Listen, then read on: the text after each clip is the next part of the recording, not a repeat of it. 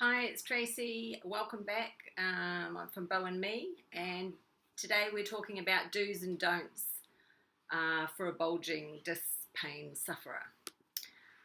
They're not necessarily going to be in order, but the order that I am saying them in is usually from when you find that you've got a bulging disc through to maybe even after treatment. So, don't number one.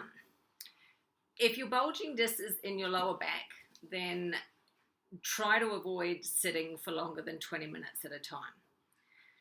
If you do need to sit or drive for work, then you want to go to your local cheapy choice store. They're the blue ones that used to be Crazy Clark's. And out the front before you go in, you'll usually find these. Hopefully you can see it. It's a lumbar mesh back support. They are $3. I suggest to people that you buy three, one for your car, your office, and your couch. And the reason I get you to buy three is so you're not taking them out of one location and putting them in the other or forgetting it when you get home and need it for your couch. Driving and watching TV or relaxing on the couch are two times that our posture is probably at its worst because we're not paying attention to what we're doing. We're sidetracked. So, you've got to be conscious. Once you have a bulging disc, you need to be conscious all the time of what your posture is doing because our aim now is to avoid rupturing the disc. You can't unbulge a bulging disc, but you can go from a bulging disc to rupturing a disc, and we don't want to get to that point. Do number one, start taking anti-inflammatories immediately. Speak to your chemist, pharmacist, give them your history. If you have heart medication or blood pressure or something like that,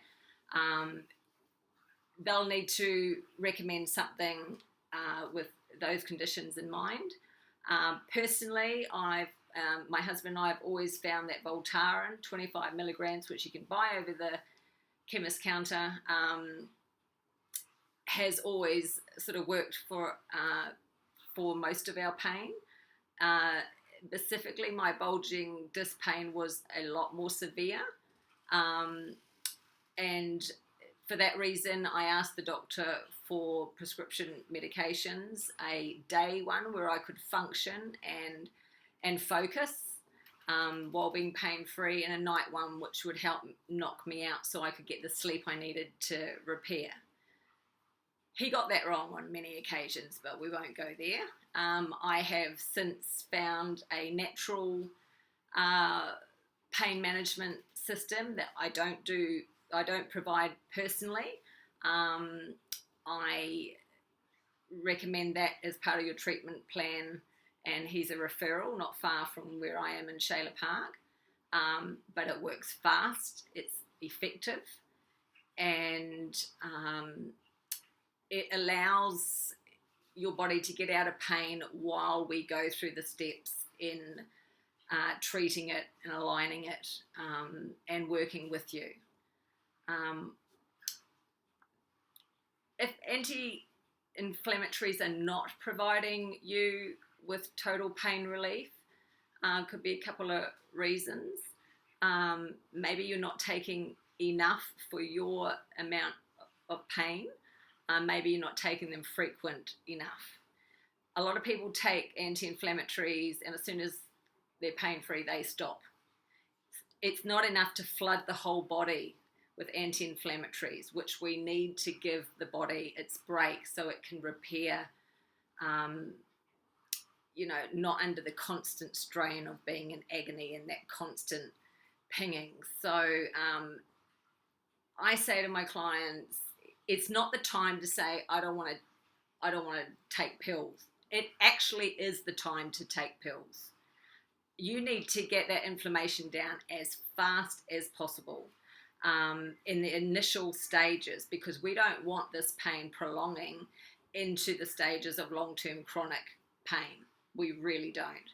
So you need to medicate so you can function, so you can sleep, so you can work, and keep your job, basically. The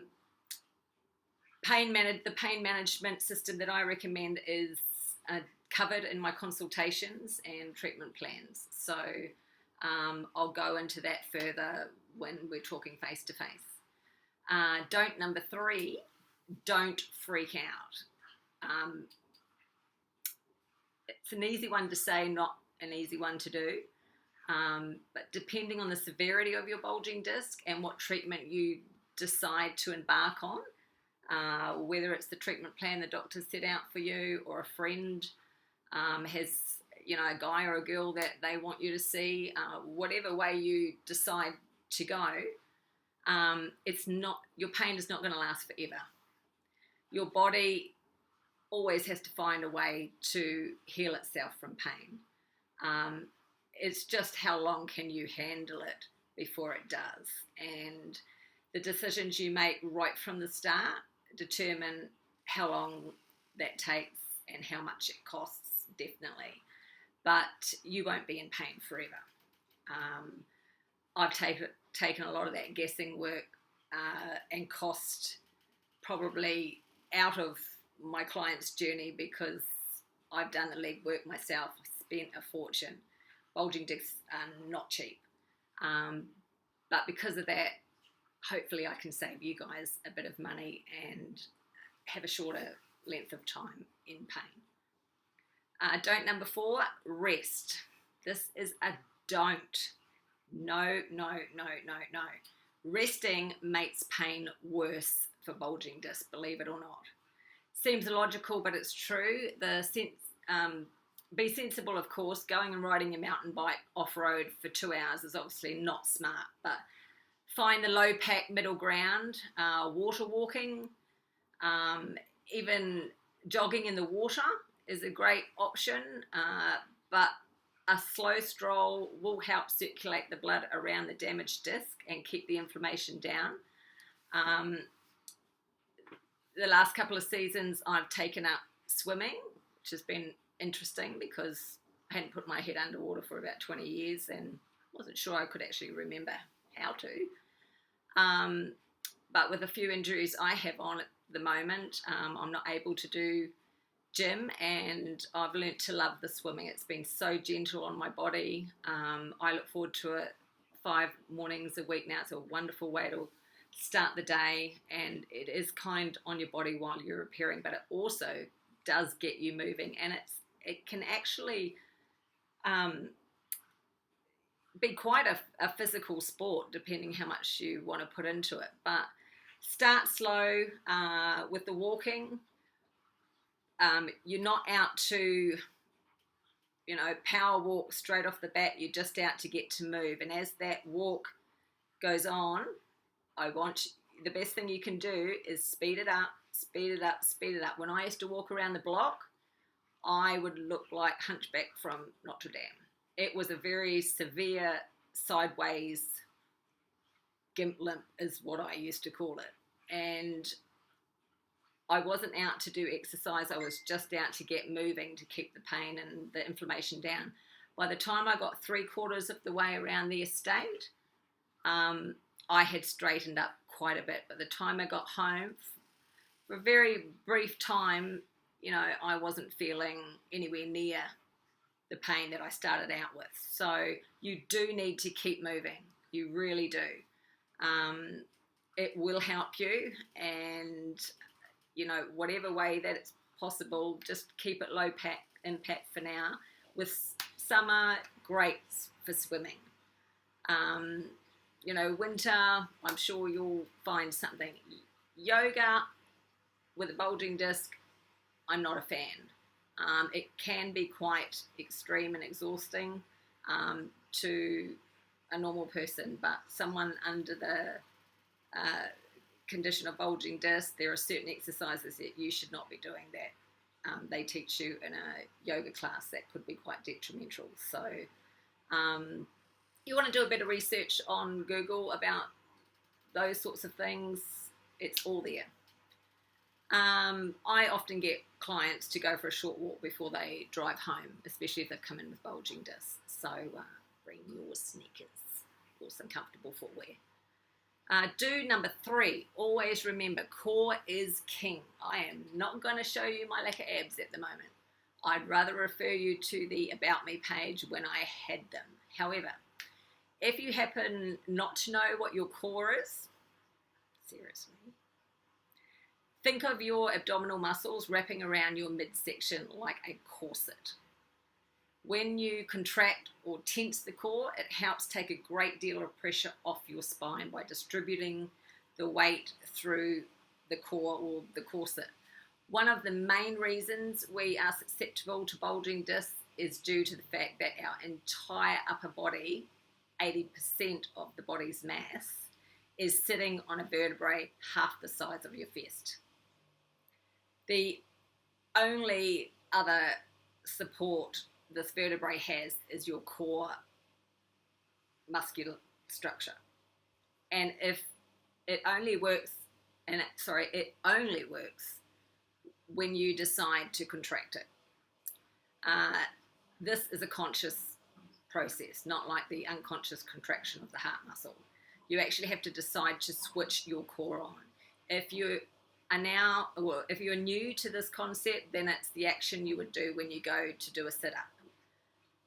Probably haven't done one of those for a while, but you know what I mean. Remember that a spine only gets injured when you change body position, like you bend, lean, stoop. So when you contract your core, make sure it's when you change your body's position. Really good way to start working it is when you hop out of a chair going from sitting to standing. There are 2 muscles that you should use to do this, and one is not the back, believe it or not. It is your core and your quad muscles, your thighs. You need to switch those on consciously before you're about to stand up. Hands are not to go on anything. No desk, no armchair push-ups. Hands need to be free of anything. You've got strong legs and they'll be strong for quite some time into the future. Use them or lose them, and we need to tighten up that core. So if you switch those on like a sit-up and then hop up, it takes all the pressure off your back, and it's one less job that your back is strained under. So that's a really good place to start, and that's what I teach my clients. Do number 4, start treatment immediately. Don't procrastinate. Men, seriously, you do not get a gold medal for putting up with pain. I'm sure your wife is sick of hearing you nag at home behind closed doors, but nobody's going to tap you on the shoulder and go, you're one tough cookie, mate, putting up with sciatica for 10 years, because if you end up on my table after 10 years with sciatica that I could have fixed in 3 treatments, you're going to know about it. I'm going to give it to you. You're going to get called some things that you're not going to like. But that's the way I roll. All right? It's me. So don't be silly. Start treatment immediately if you value your income and your quality of life. Don't muck around with this one. Get onto something, at least anything. Preferably come and see me and get the right treatment first. Don't believe anyone that says they can put your bulging disc back in. This doesn't mean you can, it doesn't mean that you can't live a pain-free life once you have one, and once you've been through, a severe one and suffered pain from it. When your disc bulges, it irritates many muscles in the spine around the bulge, and this can cause your body to become compensated in many other areas. The neck, the legs, shoulders are our wings, so what's going on in our hip region, our shoulders then have to counterbalance it, so, they get hit next. Don't let it spread. Get onto it straight away. And hopefully we can get you out sooner rather than later. Remember, you can have bulging discs and not feel any pain. You need to be constantly conscious of what your body is doing, how you're bending, how long you're sitting, how much you are moving, how much weight you're carrying, and you're putting on your discs. Sometimes bulging discs are a complete lifestyle change, and that's not a quick fix, but it needs to be done, and you know it, and I know it, and I'm the one to tell you it. All this is covered in my consultations. I'm hard-hitting, not with my therapy, but with the truth. You can do what you like with the information, but you're going to get honesty. Some you'll like, maybe some you won't, but I'm here to help you. And sometimes some people need a real reality check to wake up and, realise they're in trouble, and if they don't do something about it, they're going to stay in trouble. I can recommend heaps of postural devices. I have an obsession for back gadgets and postural devices. I have them all. You can try them all here, but I know the ones that work, I know the ones that don't, and I'm just going to keep collecting them. So if you want to have a bit of a play with those while you're here, by all means, and I can direct you to the links. Some I sell, some I'll just direct you to the links where you can buy them yourself off eBay or whatever. But they are going to make changing your posture a whole lot easier for you. And they'll show you how to manage your bulging disc so it doesn't rupture, and how to live a pain-free life. Do number 5, call your GP immediately if you have numbness or loss of sensation in the saddle. Know what I mean? The saddle area, the perineal area, or change in urinary, never say that word, or bowel habits, retention, or loss of control, incontinence and stuff. There's something nasty going on. Get to your GP straight away. In this case, your bulging disc in the lower back may be pinching a nerve essential to the proper ongoing function of these areas, and emergency surgery may be required. Don't muck around with it. Again, this is why everyone who suspects they have a disc bulge should get scans first, so we know what we're dealing with. Therapists and doctors do not have x-ray vision. If you've gone to 2 or 3 different therapists and they've all told you different things, and no one's fixed your pain yet, and you haven't got a scan, it's because there's something that we're not seeing. We don't have x-ray vision. When I hear someone that they've gone to this therapist and that therapist and that, and no scans of how, that's it, that's where your treatment with me stops until we see some scans about why. I'm not going to have the modalities that I know work, and I'm qualified in, bagged to another therapist because you're too lazy to go and get a scan, or you don't have time. You'll have a lot of time soon when you're unemployed and you can't walk and you can't work. So do it sooner rather than later, or you're just prolonging that whole journey of pain, which you don't want to do. Trust me. So there's a few do and don'ts regarding bulging discs. I hope they've been of help. Again, I'm only just a phone call away. Quite often I get a lot of advice over the phone before we can actually meet up, but I'm never far away if you need to ask a question. I hope it's helped. Video number 2. Check. Thank you. Bye.